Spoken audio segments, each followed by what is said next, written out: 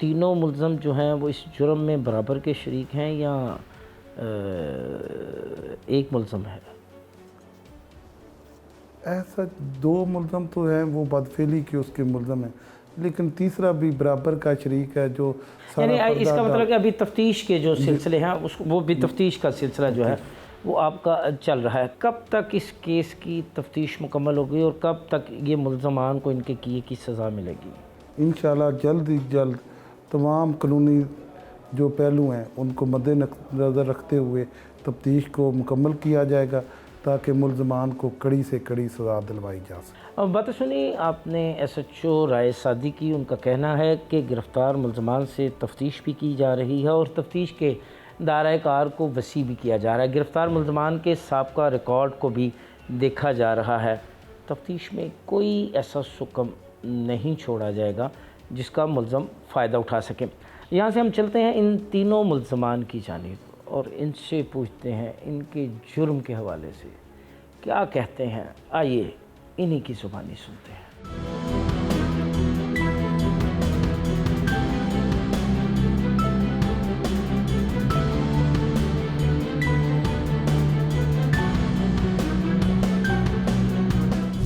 یہ ہے تھانے کی حوالات، تھانہ سیداں والا کی حوالات، اور یہ ہیں 3 شفاق ملزم.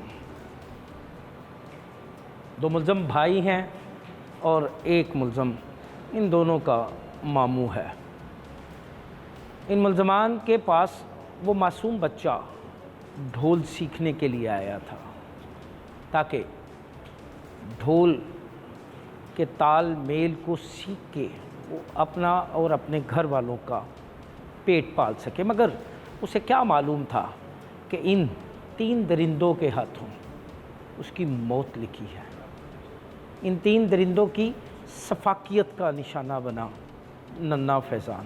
یہ ہیں تینوں ملزمان. انہی سے پوچھتے ہیں ان کے جرم کے حوالے سے. کیا نام ہے تمہارا؟ وقاص علی. ہاں وقاص علی. وقاص. کتنی عمر ہے تمہاری؟ ہماری بے فارم بنا ہوا لیکن عمر کا نہیں معلوم. میں جھوٹ ماروں. ہاں جی. سچے آدمی ہو تم. کیا کرتے ہو؟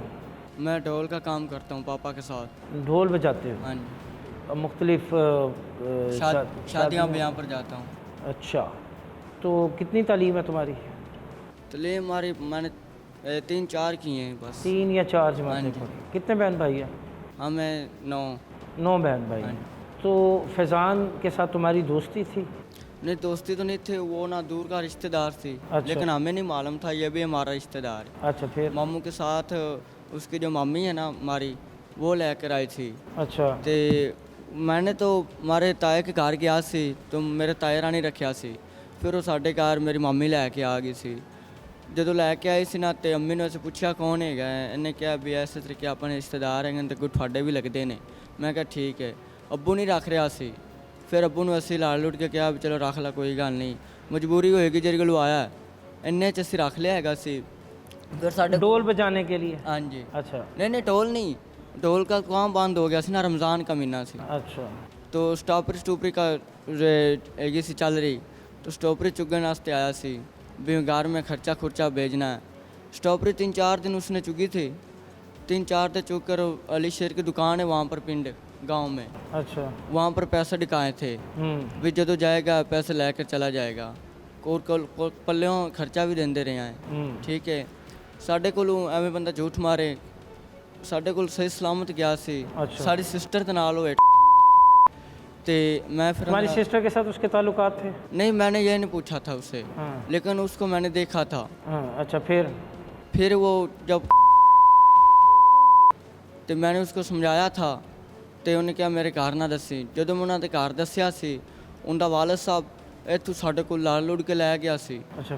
پھر دربارہ انہیں ساڈے تے کیس پا دیتا سی. اچھا. تم نے پھر اس کے ساتھ کیا کیا؟ زیادتی کی تم نے اس کے ساتھ؟ ہاں جی. جدو ساڈے تے کیس پیا سی نا ادو میں انہوں نے زیادتی کی. میں اگے تو چپ کر کے شرمندگی مارے کہ ساری کڑی ہے کہ ساری بدنامی ہونی ہے. اچھا. درخواست دیتی جو بھی کیتا تو انہیں تو پیو سارے لڑ پیا الٹا. اچھا. ادو پھر میں نے زیادتی صرف شراب پلائی؟ نہیں شراب پلائی نہیں. کیا کیا ہے؟ کی کیس صرف ہم دونوں نے مطلب کہ کیتا سی. پھر اور کچھ نہیں کیا سی. پھر بس اس کے بعد وہ چلا گیا. اس کو تشدد بھی کیا؟ نہیں.